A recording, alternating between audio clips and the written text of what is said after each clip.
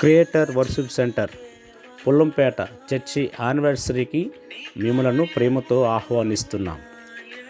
ఈ నెల 23వ తారీఖు ఉదయం 10 గంటల నుండి 1 గంట వరకు జరగనున్నటువంటి ఈ పుల్లంపేట చర్చి యానివర్సరీకి మిమ్మల్ని ప్రేమతో ఆహ్వానిస్తున్నాం.